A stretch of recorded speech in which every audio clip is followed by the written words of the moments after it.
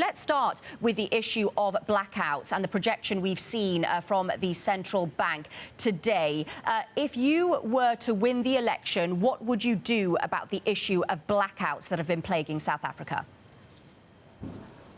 Good day, and absolutely. I think what's absolutely crucial is that any economy depends on the consistent supply of energy. South Africa, for the last number of decades, has been coal dependent, which not only is it environmentally unsustainable, it requires for us to take the current power utility and split it into two, one company for build, for the purposes of managing the infrastructure, and the other for distribution. I think South Africa, in the distribution market, needs to be able to face up to competition, and this way we can allow for a lot more diverse energy users to come on board. This is by ensuring that actually we use solar in a much more aggressive manner. We've got permanent supply of sunlight right throughout the year. Solar energy is becoming cheaper, and so we need to introduce that into the market. I think South Africa has a great opportunity to use hydro and gas, and therefore if you are willing to split up the current utility and allow for municipalities who are sole distributors of energy to be able to purchase energy from different suppliers, you'd be able to bring stability to the grid and ultimately ensure that you avoid any constant power cuts or blackouts, so that we can keep our economy growing at the rate that we need to grow. Can we actually ask you what we really want to understand from you? We know the challenges with the electric outages, 8 days in a row. I mean, the deepest power cuts in a long time. But we want to know, Nera and I caught up with Pravin Gordhan in regards to running this. What would you do if you had the optionality in power? What would you do with the debt load of Eskom? What would your solution be for the financing? Well, as I say, the financing question, we've already engaged international markets. What Eskom needs is to be able to purchase, we need international markets to purchase the debt. But you cannot do that unless you're willing to split the entity into two. If you bring a distribution company, it will ensure for other power producers to come on board. And therefore, in a distributive market, you can ensure, because the debt is stimulated, one, by municipalities not capable to pay. And therefore, if you allow consumers the opportunity to be able to purchase from a diversity of ranges, you can be able to do that. And then secondly, international markets and South African banking sector has already agreed that we can purchase the debt, be able to have a payback mechanism over a long period of time, but it requires the reform of the entity itself. And that's why I'm arguing the case that the stimulus into the economy requires much more an introduction of independent power producers to come on board so that we can stabilize the energy grid. Can I also ask you about some comments from Moody's seeing the country's debt ratios being worse than budgeted? What would you do to address this problem? Well, South Africa's debt is stimulated really by the danger that state-owned enterprises face. And secondly, in its own fiscal framework at the moment, we've got three outstanding items. Those are welfare. They have to do with the debt servicing costs themselves, and furthermore, a bloated state service. So what South Africa needs to do is to be able to stabilize those three sectors. So the first thing is I'd reduce the size of the state. We have to bite the bullet by making sure that we've got less people, less heads in the administration. We've got to ensure that we don't fill key posts. This will allow for debt to GDP ratio to at least from a fiscal point of view, to decrease. And secondly, more than anything, we need to ensure that around welfare costs, if South Africa isn't creating a different model of decentralization around state-owned enterprises so that some of its services are privatized, this way we're not having to put out major bailouts into state-owned enterprises. We can ensure that, in fact, South Africa's fiscus isn't focused just on debt servicing and paying off state-owned enterprises, rather focused on the growth dynamic of South Africa. Can we just pursue that thought, Musa Mese, which is, Tito Mboweni questions the need to hold on to state assets. He said one should be careful not to elevate state ownership to a religion. Are you saying that you would support a review of state assets and perhaps a divestiture program if you had that optionality in a coalition?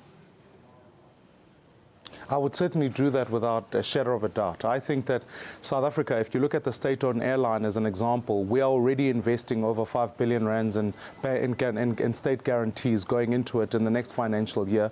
This could have been money used for other purposes. I don't think we should keep the name of the airline, but certainly private equity partners need to come on board. I think furthermore, even in the power utility, we're already investing 23 billion rands coming into that. A divestment program into that would ensure that, in fact, South Africa has got fiscal maneuverability to ensure that investment can go into other areas. So given the opportunity to do so, I would force a program of divestment from the state in major state-owned enterprises. I think it's an archaic model of ownership. I think the state is incapable of managing some of these assets, and I think more than anything, we can allow for international partners to come and invest in a much more aggressive manner in these state-owned enterprises. Also, the last point I'll make is that given the openness of it, you see in South Africa the confusion is that we prefer competition in the private sector but not in the public sector. South Africa's stimulus will require that there's better competition in the public sector, in public-owned enterprises. This will allow us to also focus on growth as a country. And so I'm inviting international investors saying, if we diverse so that the state does not monopolize key sectors, you can come in and compete in that sector. This will help not only our growth, but our debt stability going forward. Mr. Maimane, how comfortable are you with the level of inflation at the moment, round about the midpoint of the target range? Look, I think the mandate of the Reserve Bank is absolutely correct to target inflation between 3 and 6%, but there are certain administered costs that South Africa seems to be putting on board. So one of the key drivers of inflation at this point in time is the increasing level of fuel costs. And those are driven inherently by new taxes that the state has introduced because the state is bloated. They're driven equally so by the fact that we've got the Road Accident Fund, which is also introducing a further tax to the consumer. So my argument is simply this, that if we decrease the size of the state and not tax consumers at the level that we're taxing them at, we can reduce the cost of fuel and other administered costs so that consumers in South Africa can feel the relief. The cost of living in South Africa is increasing to a point where money flow is insufficient. Therefore, consumers are unable to purchase other items. So I think if we deal with the question of a bloated state, South Africa's state is bigger on average than many OECD countries. So the future of South Africa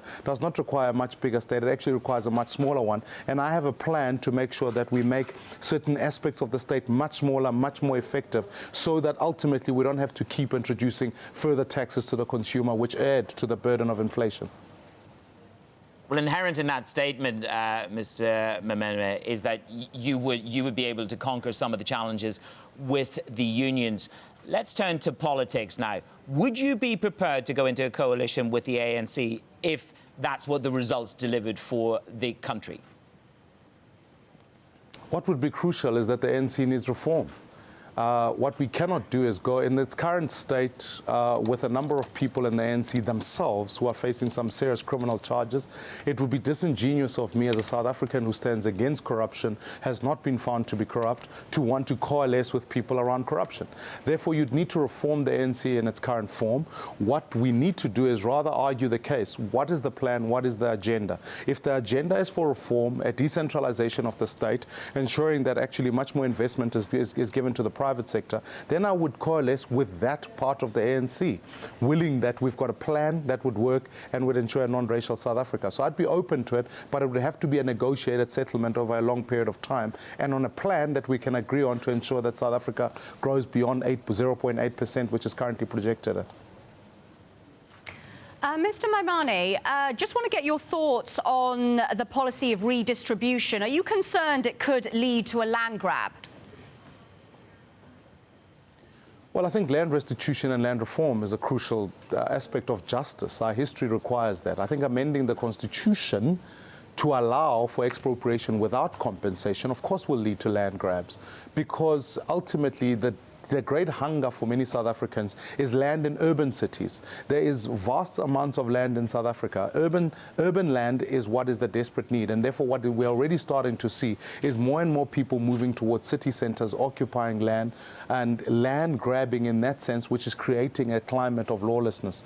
But furthermore, I think that if you remove the context of expropriation without compensation, or amend Section 25 of our Constitution that gives private property rights, you will end up in a situation similar to other countries where there is in fact land grabs, as you've seen in Zimbabwe, as you've seen in Venezuela.